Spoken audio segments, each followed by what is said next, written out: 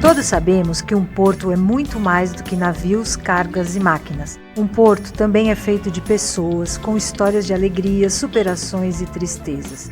E são essas histórias que construíram e ainda constroem a história do maior porto da América Latina, o Porto de Santos.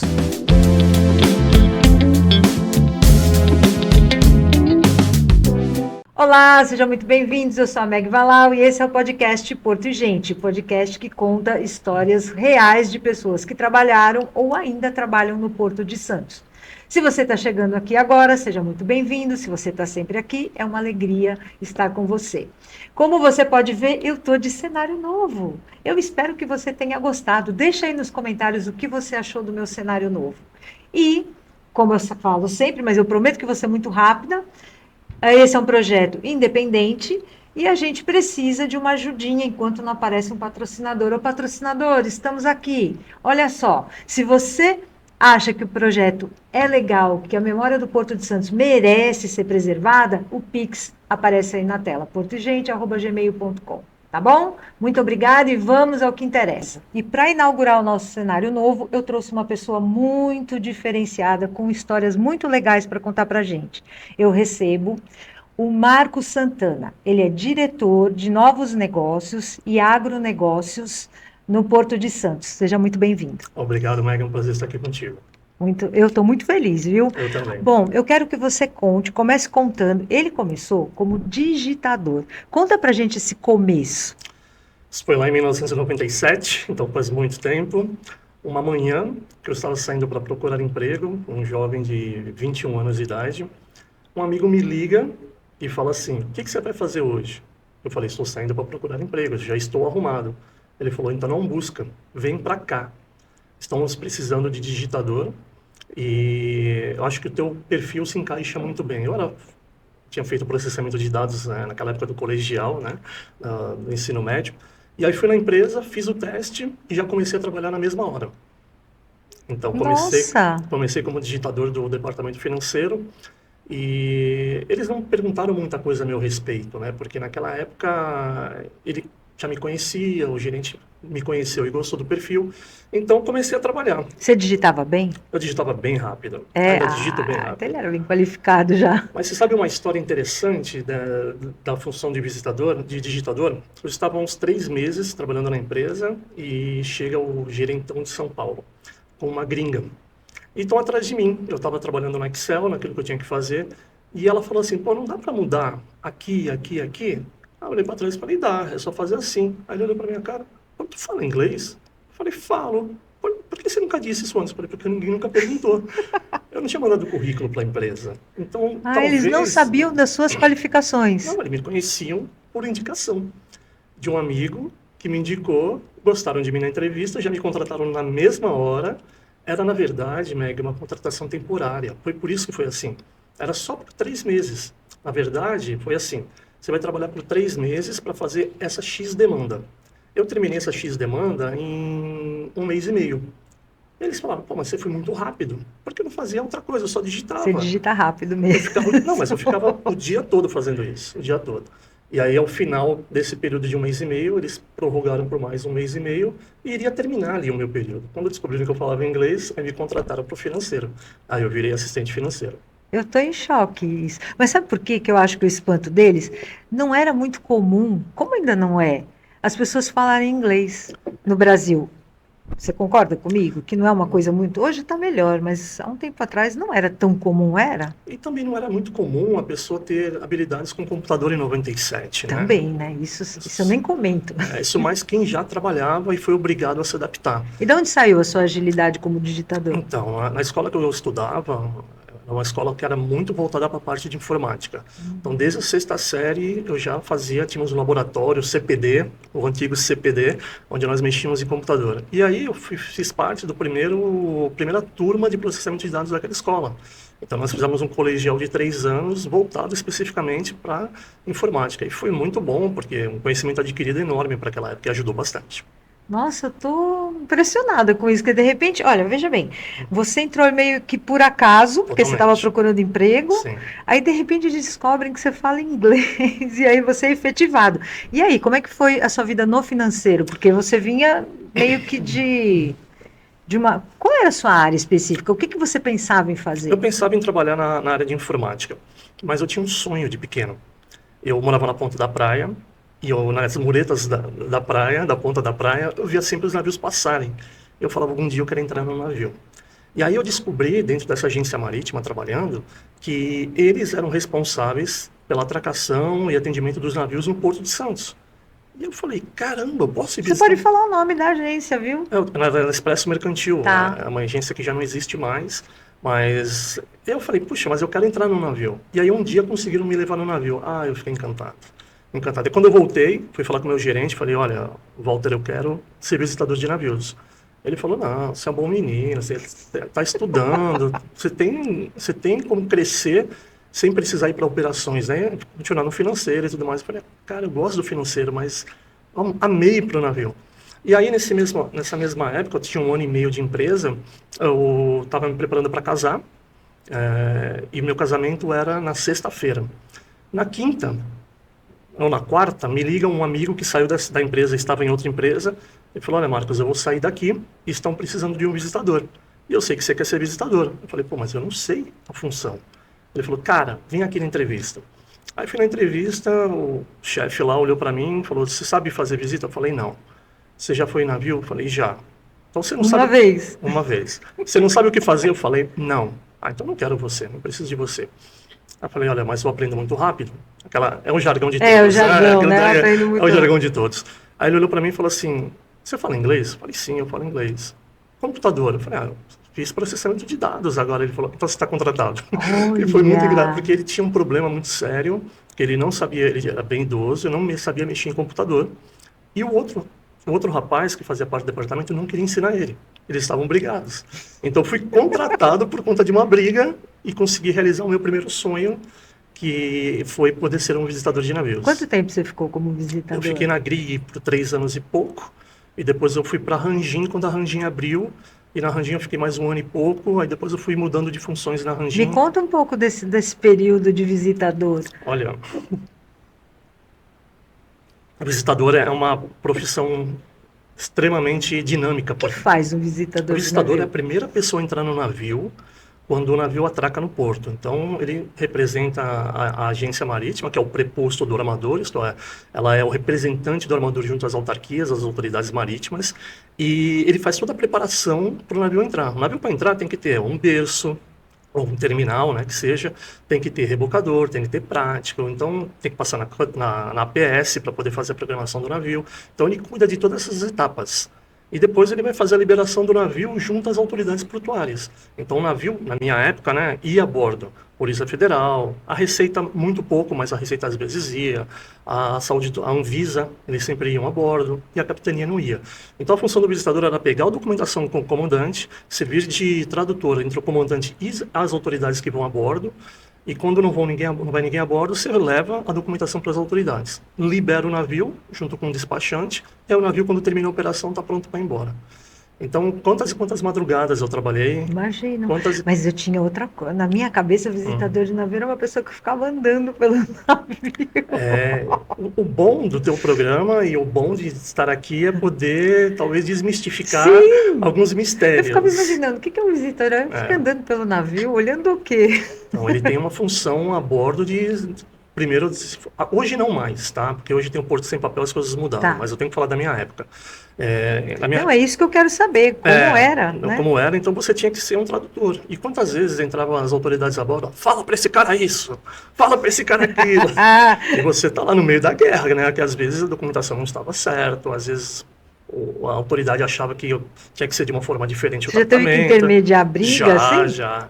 Você sabe uma coisa muito interessante? Eu não vou falar da briga, porque briga tiveram muitas, principalmente com o comandante grego. O comandante grego não gosta de assinar a documentação no final. Nunca concorda com nada.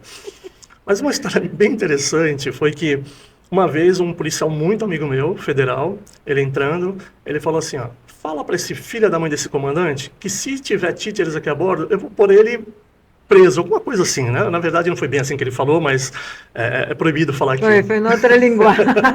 O comandante olhou para ele e falou, não se preocupa, eu tenho Grants a bordo e eu tenho... Falou o nome de um outro uísque. E ele olhou para a cara do comandante e falou, você fala português? Ah. Ele falou, morei em Santos 5 anos. Ui. E aí, como é que terminou isso? Eu apaziguei, eu falei, não, fica tranquilo, comandante. Brincadeira entre amigos, ele é muito amigo meu, então às vezes confundiu as coisas, quis tirar um sarro, quis quebrar o gelo. Ah, ele era muito gente boa, esse comandante. Ele tinha uma filha em Santos. Ah, Então, e ele já devia conhecer o jeito também, né? sim, morou no Brasil um tempo, É. né? Então, na grande verdade, e falava português perfeitamente. Foi uma A pena. gente tem que tomar um cuidado com isso. Você sabe que isso é. Às vezes você está no exterior e você fala assim, a gente pode falar que ninguém entende. E já aconteceu comigo de falar alguma coisa e ter brasileiros por perto já. Jura? Sim. Ai, bom, eu como só falo português, então não tem muito problema, só tenho que tomar cuidado quando abrir a boca. Sim. Bom, e aí depois você deixou de ser visitadora, aí você foi para onde? Bom, na própria Rangin, que era um armador, era uma agência marítima, agência marítima do armador, eu fui supervisor, fui gerente de logística, gerente de operações, cuidando dos navios na América do Sul, e também procurement, que é a pessoa que faz os contratos junto aos prestadores de serviço. Em dado momento, eu achei que era hora de trocar, fui trabalhar na Sonorte, que era uma empresa de rebocadores, e na Sonorte fui para ser gerente, então gerente geral, né? Então foi a primeira vez que eu saí de gerente de departamento para gerente de uma unidade de negócios. Tá. E foi uma experiência fantástica. E tenho algo bem interessante para te contar. Você me perguntou há pouco sobre histórias e tudo mais. Sim. Estava eu um dia lá no meu escritório, quando toco o telefone e falo assim, Marcos, precisamos de ajuda. Falei, ótimo, pode falar. A tampa do navio caiu no mar. Que tampa? A tampa do porão do navio. E aí eu fiquei, aqueles 3 segundos ou 5 de silêncio, eu falei, cara, você está brincando, né? Não, eu estou falando sério. Eu falei, eu não estou acreditando. Como que a tampa do navio isso que vai eu tô cair? pensando aqui. Aí ele falou, estavam fazendo uma manutenção e por um desastre, por um descuido da tripulação, ela caiu. Eu falei, cara, não existe uma tampa de porão cair no mar. Não sei o que você está falando. Ele falou, cara, só manda um rebocador lá. Eu falei, lá onde? Aí ele deu umas coordenadas mais ou menos, e eles foram assim, já era começo da tarde.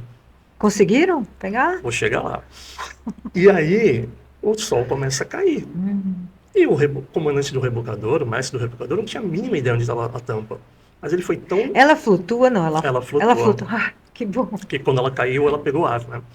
E aí ele foi tão, não astuto, mas ele foi tão bom naquilo que ele fazia, que era manobrar o rebocador, que ele conseguiu achar a tampa. Colocaram uma corda lá, né? Na verdade, na corda, né? De aço, né? Que eles usam, e conseguiram trazer a tampa do rebocador à noite para À noite? terra. Gente, eu imagino a sua cara na hora que você ouviu, porque eu ouvindo aqui, já fiquei perplexa. Eu não acreditei. Eu tenho um pouco de trauma de tampa de porão, porque uma vez na Rangin, nós estávamos no Terminal 37, na antiga Libra, e aí nós afretamos um navio só para fazer levar um pouco dos contêineres nossos, porque nossos navios estavam lotados. Então tiramos um navio da Santos Brasil, trouxemos ele para a Libra, e quando ele chegou na Libra, começou a operação. Meu gerente estava comigo, estávamos na frente do navio. Aí iam começar a tirar tampa. E aí começaram a tirar tampa com guincho de bordo, né? Porque os portainers estavam ocupados em outra parte do navio. E ele falou assim para mim, vamos sair daqui, porque é perigoso. Eu olhei para cara dele e falei, para, tá 10 anos de cais, tu vai me falar uma coisa dessa? Ele falou, vamos sair daqui. Eu falei, tá bom. Fomos mais para trás. E passou o tempo, porque na verdade eles pararam, aí eles retomaram o trabalho de retirar a tampa. Quando retiraram a tampa com guincho de bordo, a tampa fez assim, que nem um pêndulo fez, e caiu em cima de um caminhão. O motorista na hora conseguiu correr, quando ele viu o perigo, todo mundo começou a gritar, né? E meu gerente olhou para minha cara, nós estávamos lá. Porque o chão, quando bateu, pensa, 45 toneladas uma tampa daquela. Quando caiu no chão, com a velocidade, obviamente, fez um barulho enorme. Nossa. E nós sentimos isso. Caiu em cima do caminhão? Caiu em cima do caminhão. O motorista estava dentro? Estava dentro do caminhão, mas ele conseguiu sair porque avisaram ele antes. Aí foi o tempo dele correr, e aí caiu em cima do caminhão. E aí foi o navio Capiroca. Eu lembro disso. Gente, eu tô em choque com isso. Por isso que eu te digo, você tem um pouco de trauma de tampa de porão, né? Mas... Quantos anos você tinha nessa época? Eu tô curiosa, porque você entrou novo. Uns 24 anos. Muito não, jovem. desculpa. Eu tinha 26 anos. Jovem, Sim, muito jovem sim. ainda. Já era pai de 2 meninas nesse Já? momento, já. Ah, é, você casou logo depois que você entrou, Sim, eu né? casei com 22 anos e tive a primeira filha com 23. Nossa, muito jovem, mas é muito Sim, bom, não é? muito bom. Muito bom, porque eu sei que agora você já é vovô. Sim, É jovem, né? Já tá com a família constituída, já tá com neto. Eu acho isso muito legal. sim. Acho muito bom. Marcos, me conta uma coisa. Você vem de uma família de portuários, não é isso? Venho. Será que esse sonho também não era por causa da sua família? Sem dúvida alguma. Eu escutava muito, eu morei com meus avós, né? Desde pequeno eu morei com meus avós. E meu avô, ele era consertador de carga e descarga. E é um trabalho nobre. Naquela época, né, tinha muito trabalho. Hoje tem muito menos, mas é um trabalho muito nobre, é um trabalho bonito. Eu via ele com O a que faz um consertador? Na época dele, né, ele de 75 para trás, né, ele começou 40 e pouco, 50 e pouco, com agulha ele costurava os sacos de café e de outras mercadorias Nossa, quando eles estouravam. Porque, por vezes, o saco no transporte ou na hora de entrar a bordo do navio, ele fura, ele rasga, então eles faziam, com a agulha deles, eles costuravam. Então, consertavam os sim, sacos. interessante. Hoje, o consertador faz algumas outras funções, né? Como, por exemplo, colocar o cálcio numa mercadoria que é de projeto, breakbook e outras coisas mais que o consertador faz. Mas ele contava histórias que eu achava fantástica e aquilo lá ficou muito no Ah, eu meu imagino. imaginário, né? Aquela coisa que fica na tua cabeça. Meu padrasto era doqueiro e também contava muitas coisas sobre as docas, meu padrinho, outro tio também contava, e os amigos da rua eram estivadores. Você estava Então, rodeado de gente do Porto. totalmente. Então, eu não conseguia me ver como outra coisa a não ser trabalhar no porto. Por isso, quando eu saí para procurar emprego, e tocou o telefone e falou assim, uma agência marítima, eu falei, eu vou lá. Mas eu já fui com tanta vontade, com tanto ânimo, que acabei ficando e deu tudo certo, ainda bem. Nossa, é uma história muito legal a Sim, sua, eu né? gosto Muito muito. bonita, né? Sim. Bom, e aí conta, aí você deixou, você saiu. Essa empresa da Tampa, qual era o nome dela? Sonorte. Sonorte. Sonorte Aí Rebocadores. depois, de rebocadores, é isso Isso. mesmo, só para me achar aqui na linha do tempo. Aí você ficou quanto tempo nessa três empresa? anos. 3 anos. Sim. E aí daí você foi para Fui para um onde? terminal portuário, fui para o Tecondi, que depois virou Ecoporto quando foi adquirido pela Eco Rodovias. Também fiquei 3 anos também lá. Ali é uma experiência fantástica, Você porque fazia o que lá? eu era assessor da diretoria operacional. Nós tínhamos na diretoria operacional 1.300 funcionários, você imagina, É, é gente pra é caramba. gente pra burro. E lá no Tecondi nós atendíamos navios de container, navios de projeto, bobinas, e também, desculpa, e também Asa, me faltou agora a palavra, Calma, mas respira. não, me faltou agora o nome da carga. Nós fazemos cargas de projetos e containers também. E no Tecondi tivemos várias experiências interessantes, muitas coisas aconteceram fora do normal. Conta, quero saber tudo. Você está aqui para isso. Olha, você sabe que trabalhar com um trabalhador avulso, às vezes você tem que ter muito jogo de cintura por conta da exclusividade que eles têm e por conta da necessidade que eles têm de manter o vínculo trabalhício, de trabalho, manter o vínculo de trabalho para as próximas gerações, né? Porque já estão querendo acabar com o trabalho deles há muito tempo, né? Então, Não é novo isso, não, né? não é, não é. Até começou lá na lei de 1630 lá e tudo mais, e de lá para cá, o que querem fazer? Isso quando criaram o OGMO era para acabar com os sindicatos. Então, eles lutam pelos seus direitos, eu acho que é uma luta salutar. Meu pai foi sindicalista a vida toda, então eu sempre entendi muito bem os direitos dele e o ponto de vista de cada um deles. Mas eu estava do lado patronal, né? E aí o bicho pega um pouco, né? Porque as coisas são diferentes, né? Você tem que ver o lado do teu patrão. E aí um dia eles resolveram fazer greve, avisaram que ia ter greve, e nós começamos a operar no navio com funcionários próprios. E aí nós estamos ali, todos felizes, atracamos o navio sozinho, começamos a operar sozinho, daqui a pouco vem correndo assim, mais ou menos umas 200 pessoas em nossa direção, aí todo mundo sem saber o que fazer, e parte saiu correndo. Eu falei, gente, fica calmo, fica calmo.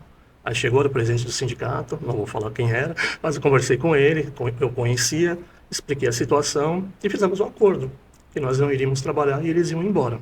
E assim foi. Aí o pessoal de São Paulo ligou e falou, trabalha. Falei, mas nós fizemos um acordo, trabalha. Pegamos todo o terminal, enchemos de container, colocamos containers um em cima do outro e fechamos Para todo o fazer uma terminal. cortina. Exatamente isso. E fizemos isso. Eu apareci na capa da tribuna nesse dia, que eles estavam tentando invadir o terminal por uma porta, e fazendo assim na porta, e eu tô assim, ó, na frente deles, na capa da tribuna. E aí, não sei se fazia parte dos trabalhadores ou não, mas uma pessoa teve a brilhante ideia de jogar um morteiro lá dentro do terminal. Porque, como eles não conseguiam entrar, e aí nós acionamos a polícia conseguiu prendê-lo, e foi inclusive, na ocasião, o delegado entendeu que era terrorismo, um ato terrorista que ele estava fazendo. Então, É um morteiro, gente. os terminais portuários, eles por vezes enfrentam esses embates com os trabalhadores portuários. É uma coisa que vai continuar tendo, porque eles sempre vão querer privatizar e o trabalhador vai sempre querer manter a sua exclusividade. Então, acho que é uma briga justa dos dois lados. Eu acho que os dois lados buscam o que é melhor para si, e estar no meio que é difícil. Imagino. Até porque você entende o lado deles, né? Deve ser mais difícil ainda. Eu me colocava muito, no começo da carreira, eu me colocava muito no lugar deles.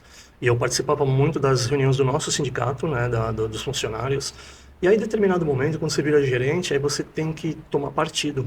E aí você tem que, não é só vestir a camisa, mas você tem que, literalmente, pensar como dono.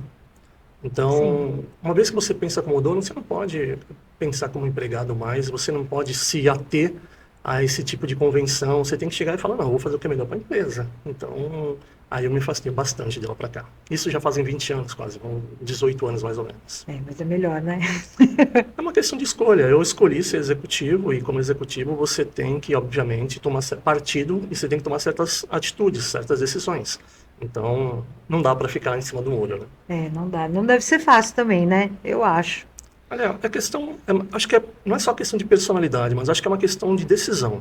Uma vez que a decisão foi tomada, eu gosto muito de uma frase que fala, quando a hora da decisão é chegada, a da preparação já passou.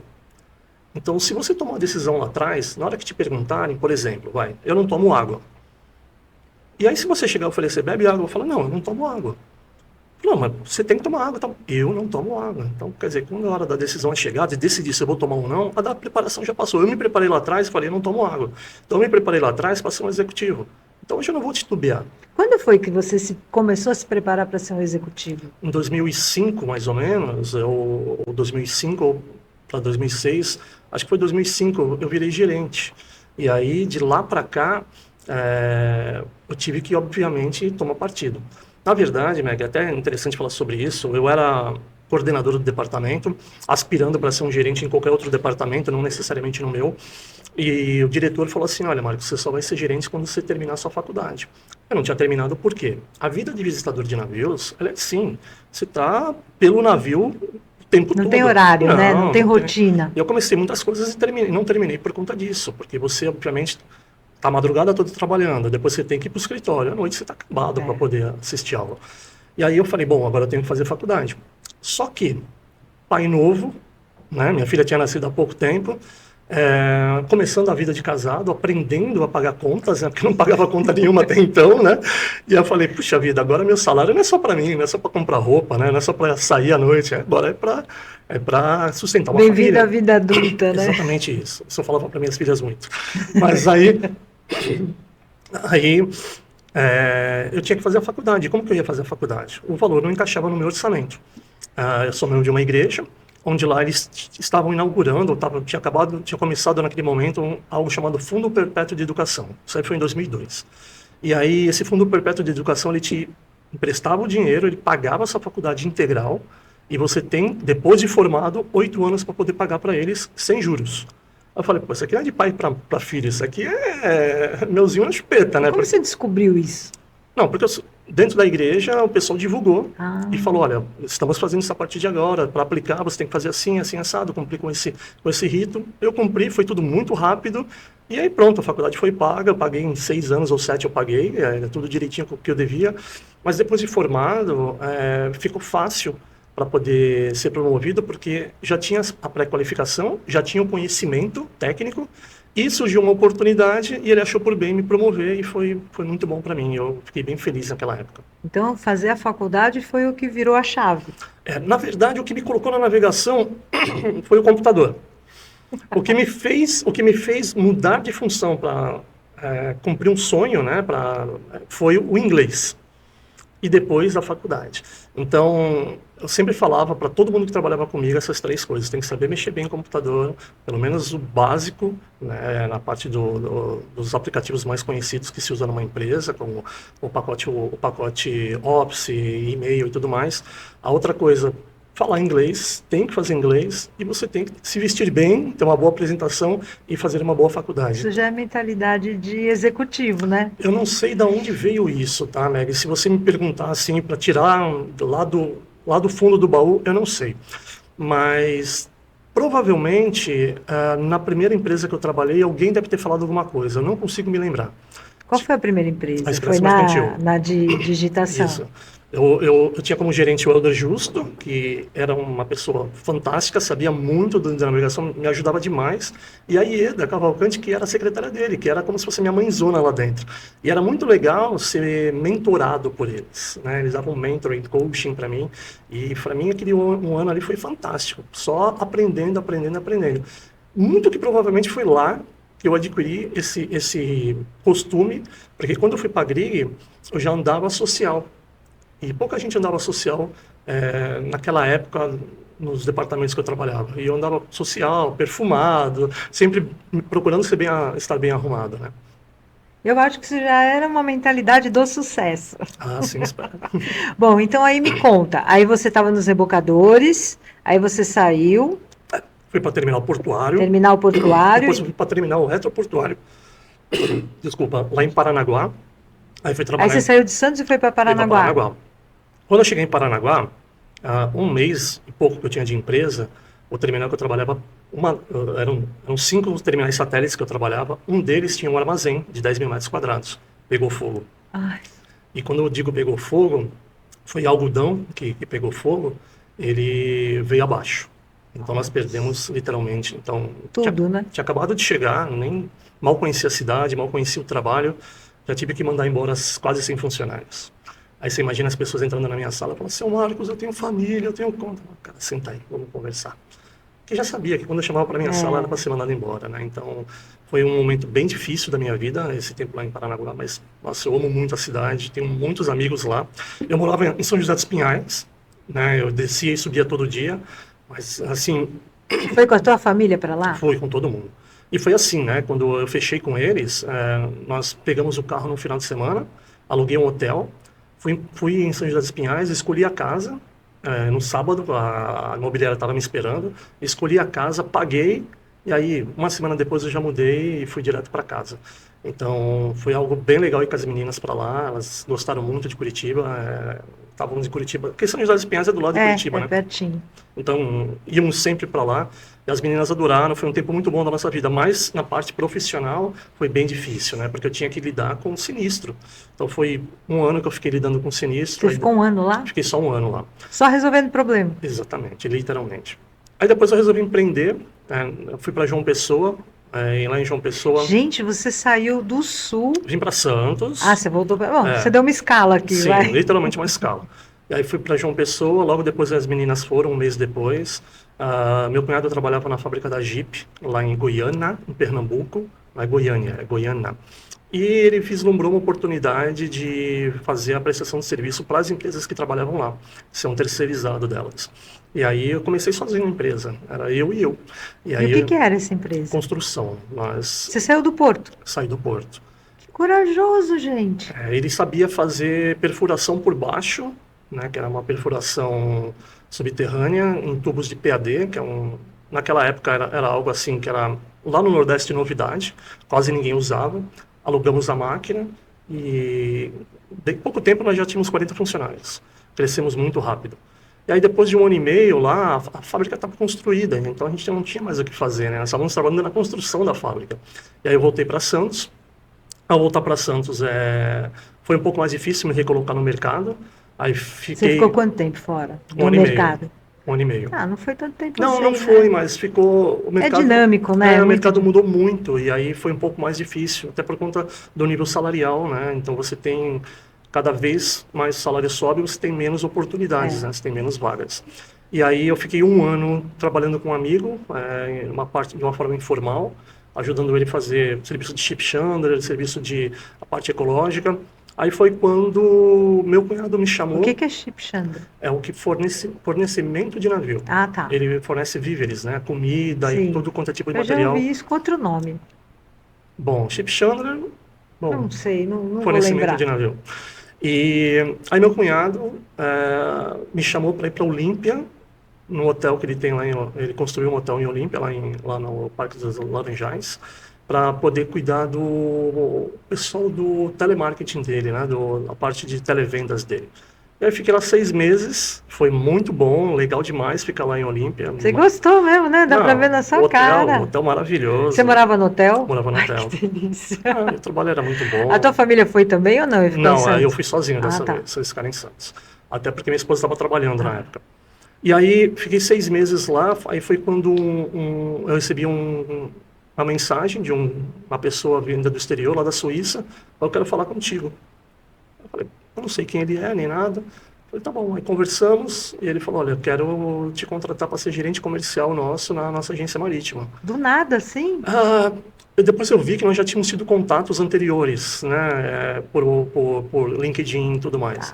E aí eu fui para Santos, fiz a entrevista por webcam, né, tudo mais, vídeo, por né? vídeo, e depois vim para Santos, fiz a entrevista final, fui aprovado e saí de Olímpia e entrei. Isso já era 2019.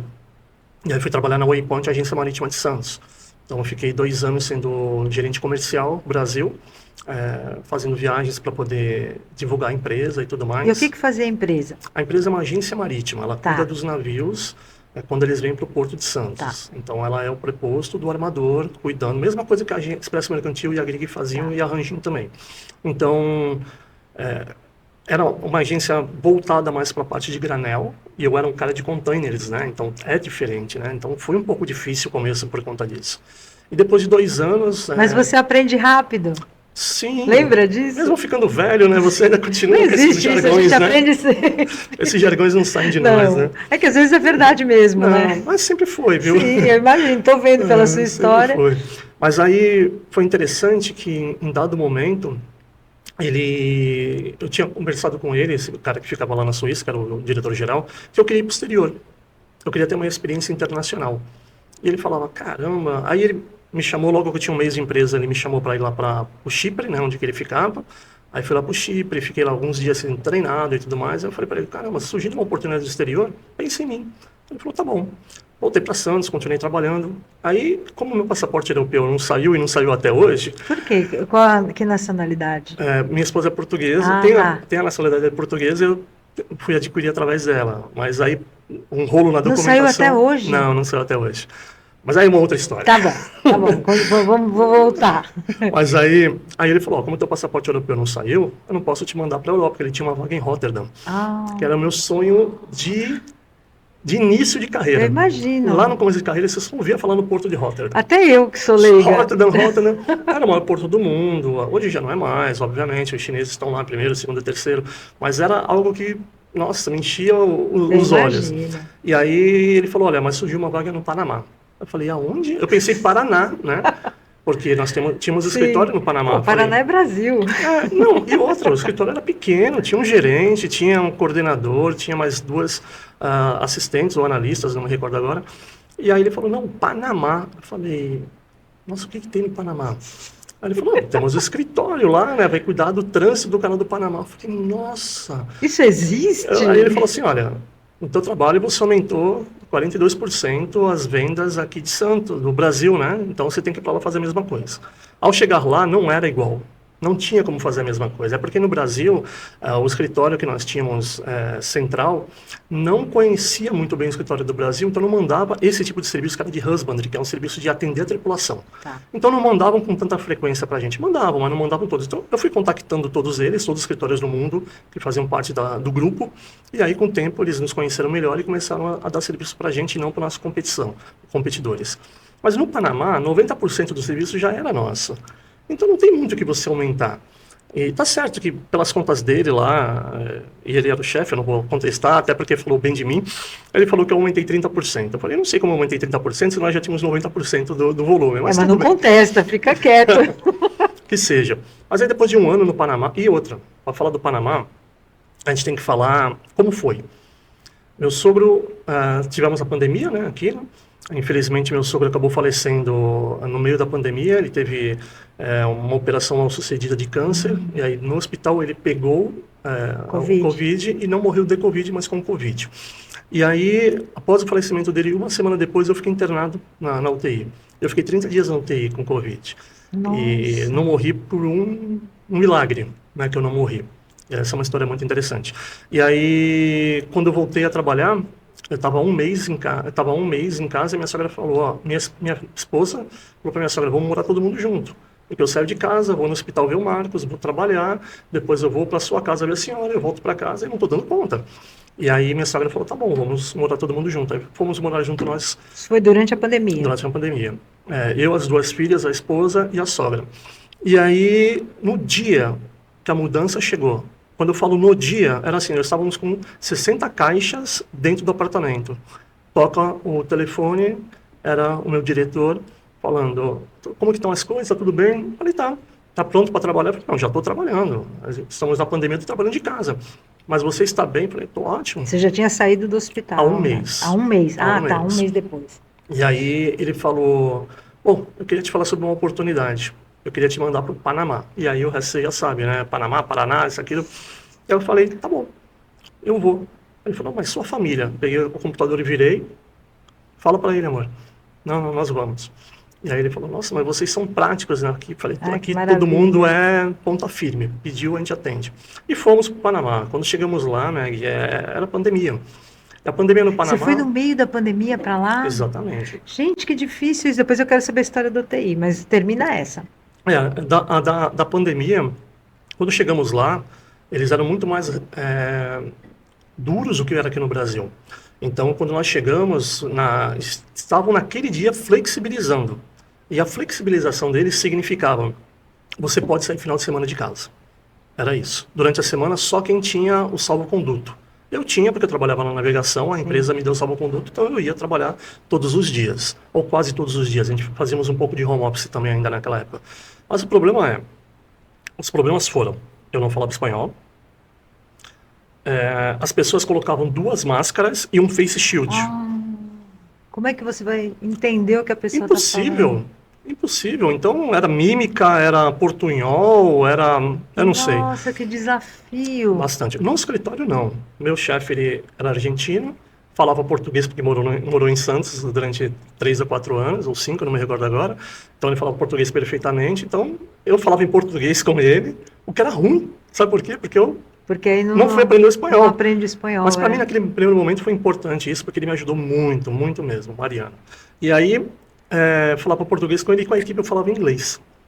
Então, fiquei 1 ano falando inglês com a equipe, né? E 1 ano que eu não aprendi nada de espanhol. Porque eu trabalhava muito, o escritório era uma hora e meia da minha casa, eu saía de manhã, levava as meninas no trabalho delas, depois eu ia para o meu trabalho, que era do outro lado da cidade. Então, era 1 hora e meia dirigindo. Quantos anos suas filhas já tinham? Quando chegamos lá, tinha uma com 17 e a outra com 21. E elas aceitaram, assim? Elas adoraram a ideia. Porque geralmente a resistência é dos filhos, né? Sim. Porque já tem os amigos. Não tenha dúvida. Isso daí elas devem ter sentido falta, obviamente. E pelo fato de chegar lá na pandemia, foi mais difícil ainda para elas do que para mim. Elas eram obrigadas a ficar dentro do apartamento e não podiam usar a piscina, nem a academia do prédio. Podia fazer nada. Não podia fazer nada. Então, por alguns meses, assim, não muitos, mas por alguns meses. Depois flexibilizaram, podia sair de casa segunda, quarta e sexta a mulher, terça e quinta o homem. E aí, eu, como tinha salvo-conduto, numa segunda eu fui com a minha esposa no supermercado e não me deixava entrar. Não pode. Lá, Meg, era tão duro que antes da gente chegar, quando não tinham flexibilizado a pandemia ainda, meu vizinho foi levar o cachorro para fazer xixi. Porque o cachorro estava muito estressado de estar no apartamento. Prenderam ele e o cachorro. O cachorro? Eu fico imaginando a cena do cachorro na delegacia de polícia. Que não devia estar entendendo nada. Nossa, então eles têm um pouco do estilo americano, né? Os Estados Unidos ficou durante 50 anos controlando o canal do Panamá. Então, eles têm muito o estilo americano, muito assertivos, muito engessados, muito quadrados em relação a muita coisa. Então, a lei fala isso e se acabou. Tá o cachorro junto. Então, não tem tem conversa, não tem... Bem, pô, beija bem, não Eu tem estava em beija bem. Portugal nessa época e a minha maior alegria é que eu podia passear com os cachorros. Eu levei É. 3 para Portugal. Nossa, que Então legal. eu tinha que ir várias vezes para a rua com eles. Então durante a pandemia eu passeava, mas também não tinha ninguém na rua, só tinha eu e os cachorros. Mas no Panamá, não. E aí, passada a pandemia, é, fizemos um ótimo trabalho lá na parte de agenciamento marítimo. E aí foi quando o meu diretor chegou e falou assim, olha, eu tenho um projeto de abrir uma empresa que atende iates durante o seu trânsito no Canal do Panamá. O que você acha? Vai pensando nisso daí. Eu falei, não, me manda o projeto. Ele falou, não, não tem projeto. Eu tenho uma ideia. Tá aqui, né? Eu falei, tá bom. Aí ele falou, fala com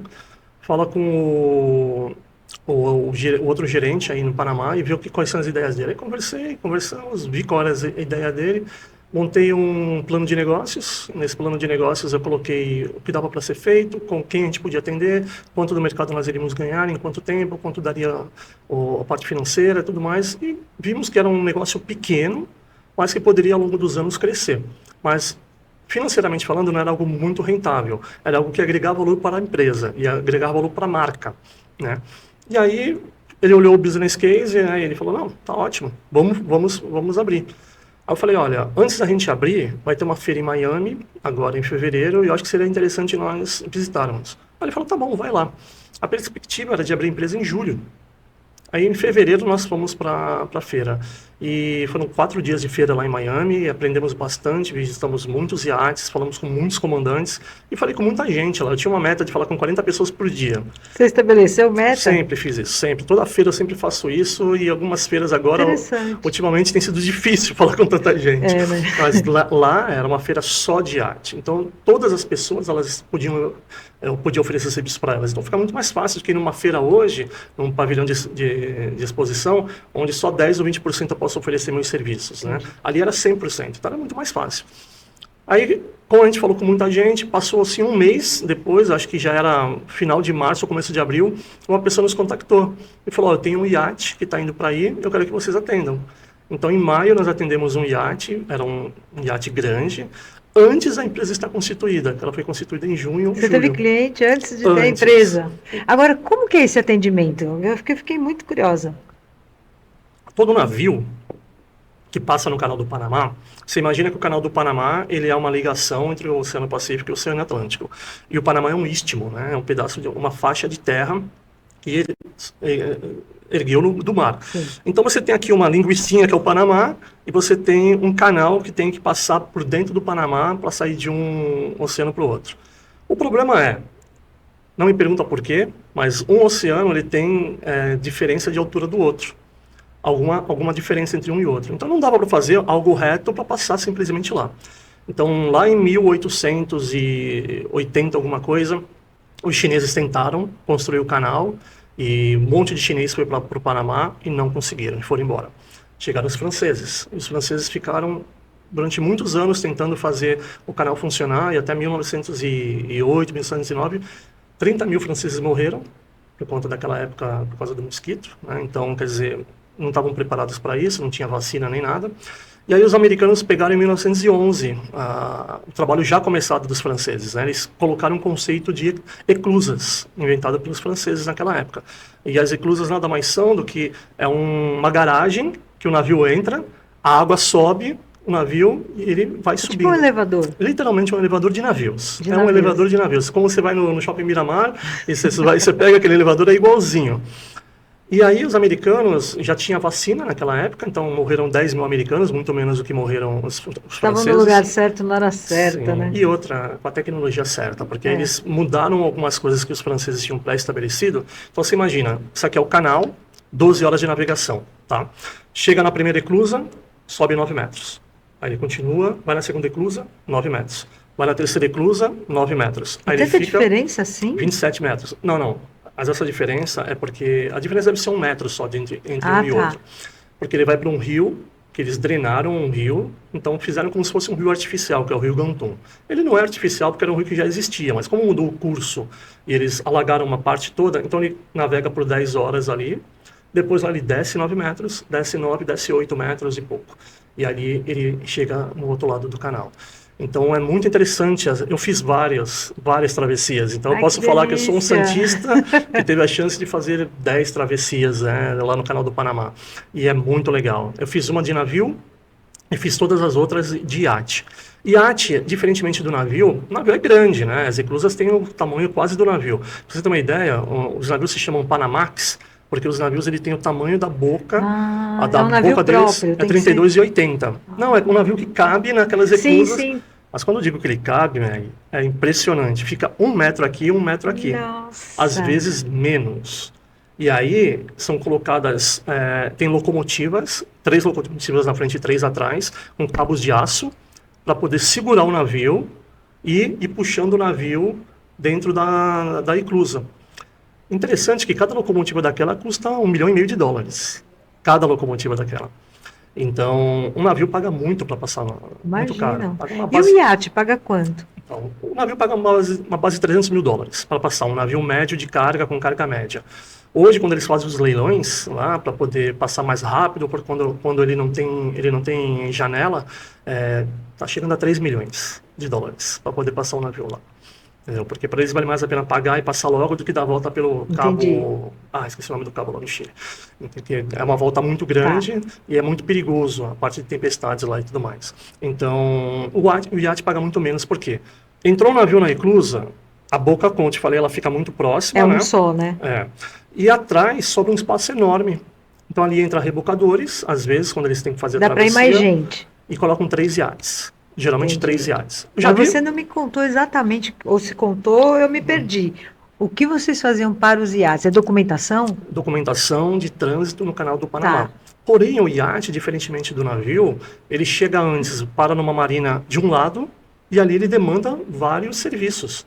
Ele demanda, às vezes, para trocar, comprar comida, para fazer e é um monte de serviço que você acaba prestando para o iate, quando ele chega no porto, na marina, né? Não é no porto, na marina. Sim. Então, ele tem um monte de serviço. E, a maioria das vezes, eu atendi muito iate onde era a casa do comandante. A casa dele era o iate. Ele vendeu a casa dele nos Estados Unidos e estava dentro do iate. Então, quer dizer, eles queriam fazer tudo. Eles não queriam me usar para nada.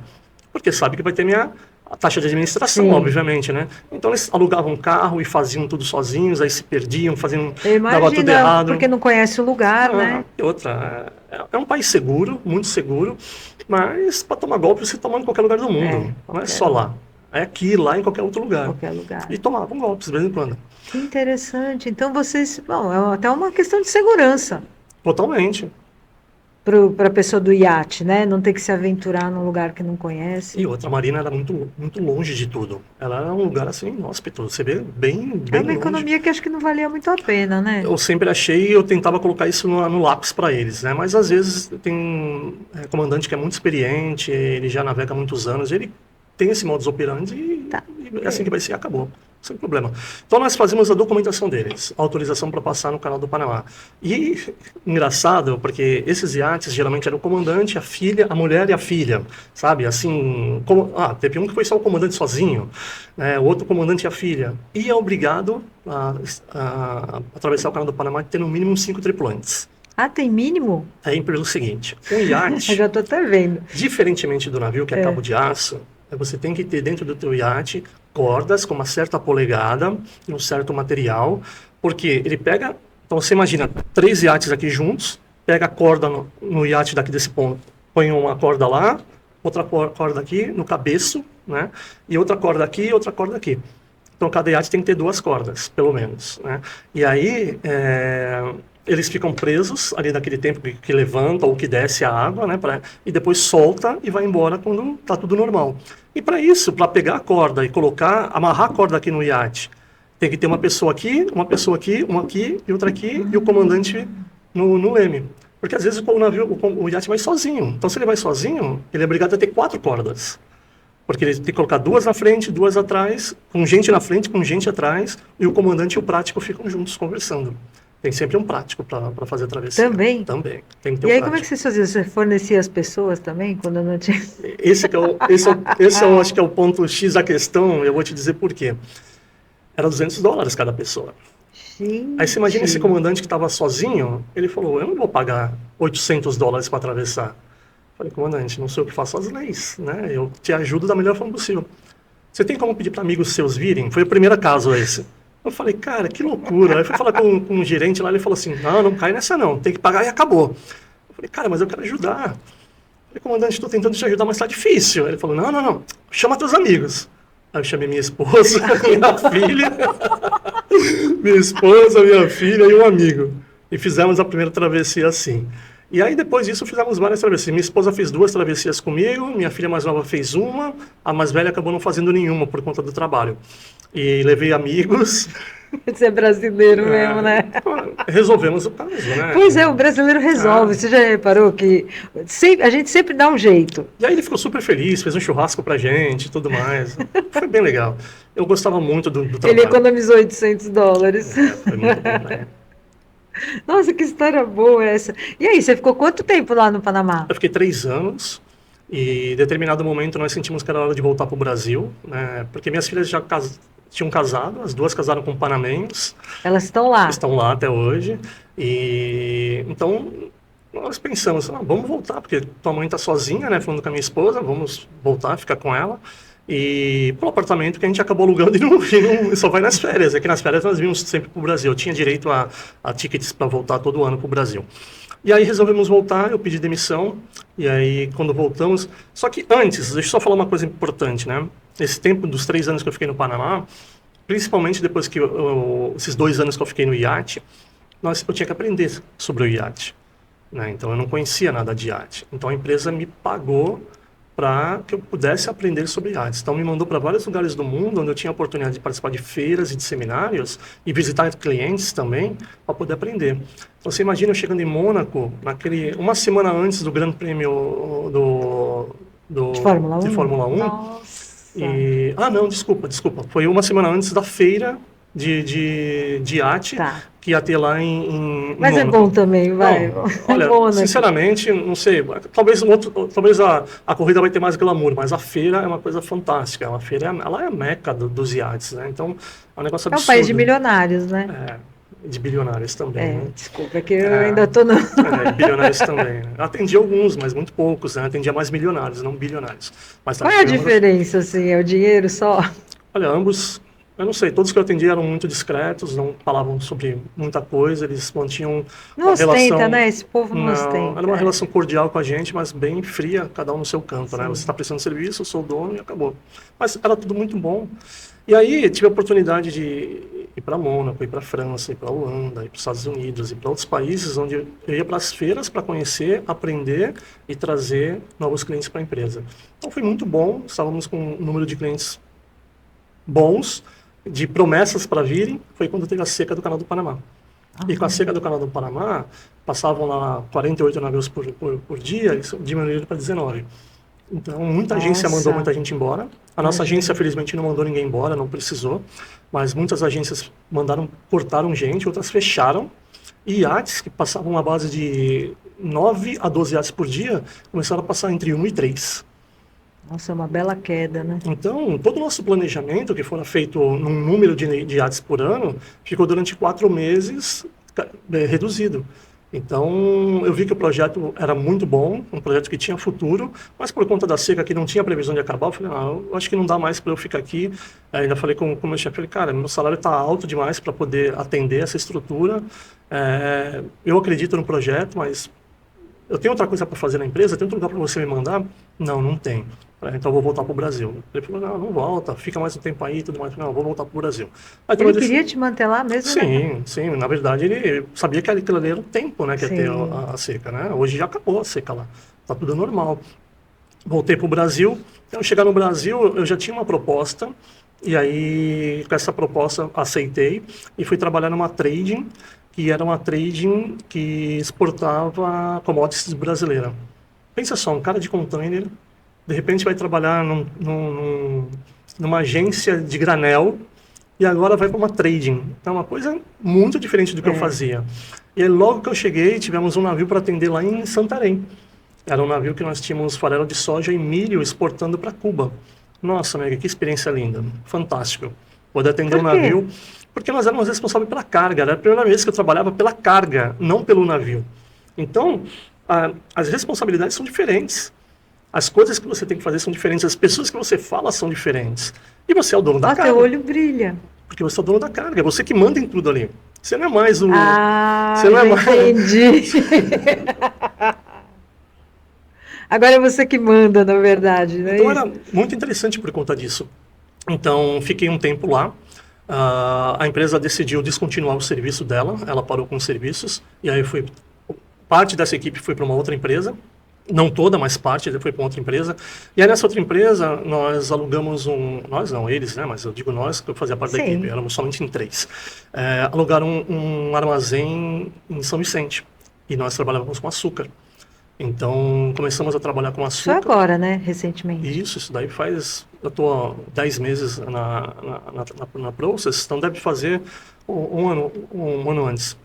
E aí nós exportávamos açúcar em containers. Então foi muito interessante aprender sobre o açúcar, estar mais familiarizado com o açúcar. E quando eu vim para a Process, agora 10 meses atrás, eu vim a princípio com a ideia de trazer novos negócios para a empresa e de focar também nessa parte do açúcar. Eu tinha uma equipe de 20 pessoas no comercial, e aí, em determinado momento, eu resolvi focar mais nas vendas que a empresa já tinha, que é a importação da China para o Brasil, que é a especialidade da empresa, e alguma coisa de exportação. E também importação de outros países para o Brasil. É que da China para o Brasil, porque a Process, ela é uma empresa que em 2009 começou lá na China, depois que veio para o Brasil. Então, na grande realidade, temos escritório na China, tem toda a experiência sobre China para poder Sim. vender para o mercado. E aí agora, recentemente, fizemos uma mudança lá dentro da empresa e agora eu estou 100% no agronegócio. Então começamos a focar de novo o açúcar, nós já estamos fechando cargas de açúcar, focando outras cargas também sem seu açúcar, farelo de soja, milho, trigo, algumas coisas em container e outras coisas em navio. E agora voltei a ser o homem do agro. Você está sempre inovando, né? Você foi, ao longo da sua carreira, sempre aprendendo coisas novas, fazendo coisas novas. Eu mudei bastante, né? Sim. E às vezes algumas mudanças bem radicais. E você sempre se adaptou fácil, assim? Muito rápido, para ser sincero, muito rápido. E o agro é uma coisa maravilhosa, é uma coisa que você vai demorar uma vida para aprender. Eu imagino. Então eu não posso dizer que eu conheço alguma coisa do agro. Tudo, né? Tá ligado ao agro, tudo. Outro dia, eu lembro quando eu estava em Portugal, alguém estava me explicando que até o assento do carro que eu sentava tinha ligação com o agro. Ele explicou para mim na época, porque eu fiquei olhando e falei, a gente nunca parou para pensar a importância que é. O Brasil é o celeiro do mundo. Então você tem... Isso não é só um chavão? Não, Sim. não é. Soja, nós somos os maiores do mundo. Briga com os Estados Unidos direto, né? Mas é o maior do mundo. O açúcar é o maior do mundo. Café. Então tem muitas commodities que o Brasil é o número 1 do mundo na exportação. É que o ideal seria a gente não só exportar commodity, a gente exportar também produtos industrializados. Mas na forma que a China fez, montando um grande parque industrial,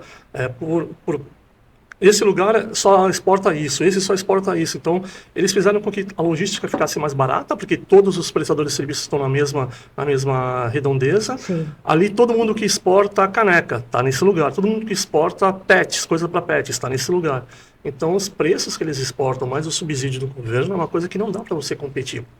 E hoje, trabalhando numa empresa chinesa brasileira, as pessoas, e eu estou pagando com a língua, né, que eu falava, a indústria brasileira, tem que privilegiar a indústria brasileira.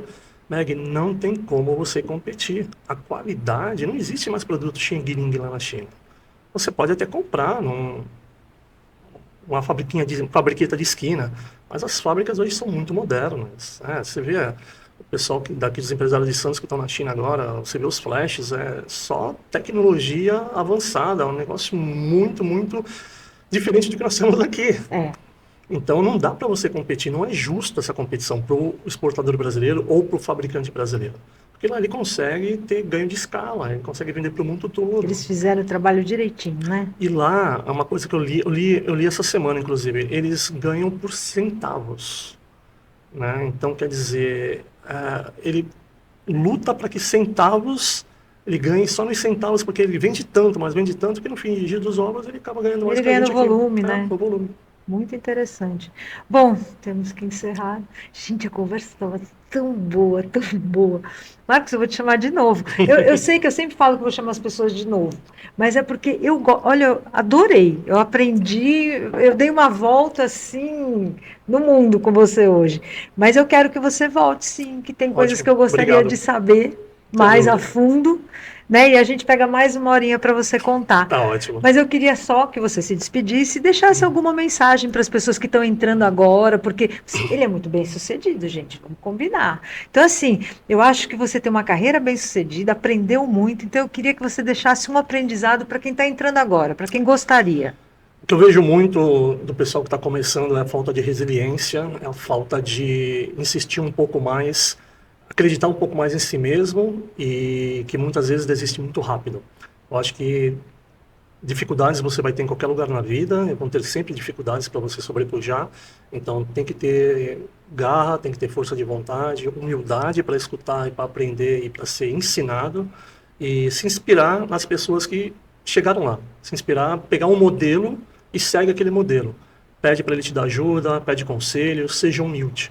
Eu acho que isso é muito importante para um profissional. Ser humilde, saber que não sabe tudo, que está aprendendo ainda, e ser resiliente, porque muitas dificuldades vão surgir no caminho.